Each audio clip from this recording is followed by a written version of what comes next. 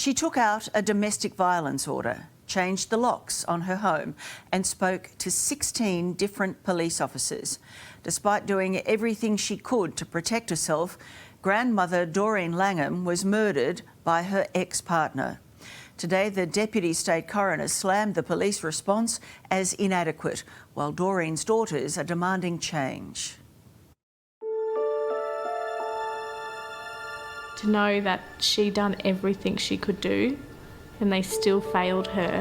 This is massively impacting my life to the point where I'm just trying to get some form of normality back. We need to remember that 2 lives were lost that didn't need to be. Doreen Langham should still be alive. She should still be enjoying life, being a grandma, watching her children, become adults and parents and having a ball with her friends. And she's not. The signs were all there. Well, I'm not happy to walk away because I love her. I just want my life back. I just want to feel safe. But she was catastrophically let down by the people tasked to protect her. I don't know what more Doreen could have done. I don't know. In Doreen Langham's last days, she was fearful and on edge. She'd been to police multiple times, taken out a domestic violence order, changed her locks and her phone, but was still killed in a house fire lit by her ex-partner, Gary Healy. Disgraceful. How does that happen? The odds were against her right from day one. Doreen was a much-loved daughter, mother and grandmother.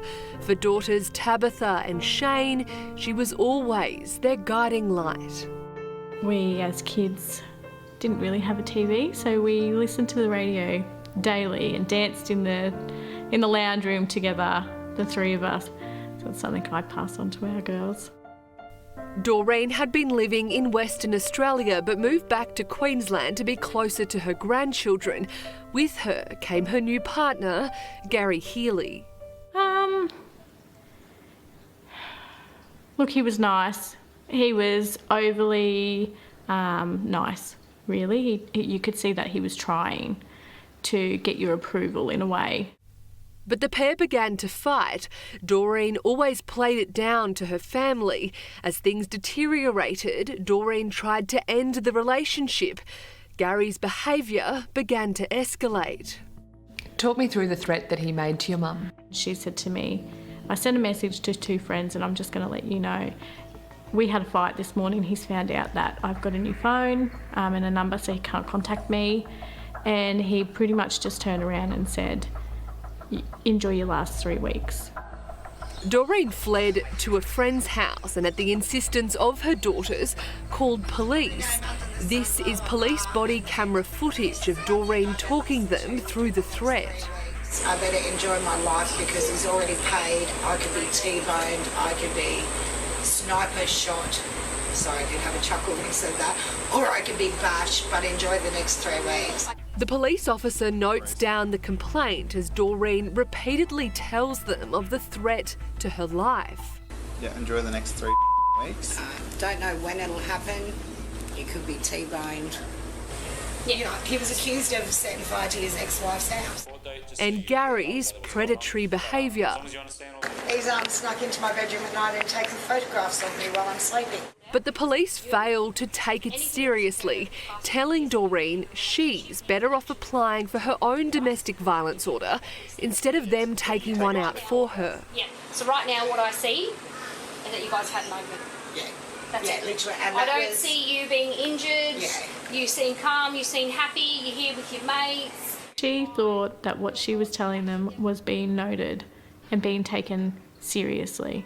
Doreen applied for her own DVO the next day.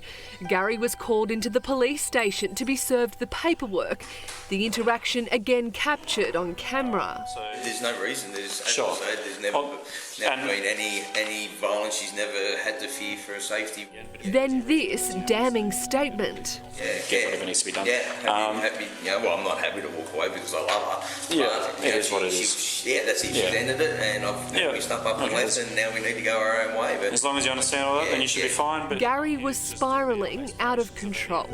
Days later, Doreen would call police to her home after Gary had already breached the DVO multiple times. Because this is like the fourth time that we've actually can physically say he's been here since he's been served. Where Doreen again detailed her fear and worry. But yeah, it's now getting to the point where, I mean, as I say, I've had all my locks changed, I've had deadbolts put on, I've changed my rego, I've changed my phone number, which he's now got. It was really hard, especially when you heard her cry. Like, you could see that she was fearful. She was scared. But still, not a single police officer tried to track down Gary Healy. Instead, an officer told Doreen she was coming in to report breaches too often. She had said to us, they said, pull them all together because you're in here so often. Isn't that an alarm bell? Just 5 days later, Doreen would call police again. This time, 000 to report Gary was outside. It took 4 hours for police to respond. They knocked once on the door, then left when Doreen didn't answer and went to McDonald's. By the next morning, Doreen would be dead, thought to have been ambushed by Gary as she left in the early hours for work, doused with petrol, then set alight. The home erupting in flames, claiming both their lives. Police knocked on my door to do a welfare check on Mum. I asked if her car was there and they said yes. And it was at that point that I said, well, she'd be there. A week-long inquest in March heard of the calamity of police errors that led to Doreen's death. All up, Doreen spoke with 16 police officers in the days before her murder, with the coroner hearing police were simply inadequately trained to deal with domestic violence. How would you describe the police response overall towards your mother? Dismal. With the information that she had given,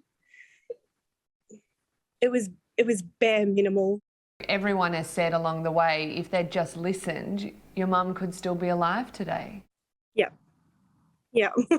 She gave so much information to so many people that, yeah, that's all they needed to do.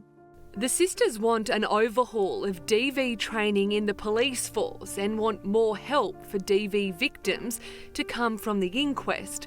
More services like Defenders for Hope, set up by Kathy Smith, Doreen's friend of many years. She would love what we've done for her in her honour because we're helping people. That's all we want to do. Today, the coroner slammed the Queensland Police Service in her ruling, stating police missed numerous opportunities to prevent the deaths, amounting to a systemic failure. The coroner's just validated what we felt with the inadequacy of the police work that was done. Mum would be proud to know that. Proud. This might not be the legacy she wanted, but it's definitely... To be a part of a change, should be proud of that. One of the key recommendations handed down by the Deputy State Coroner today is to trial a police station in the Logan region specialising in domestic violence.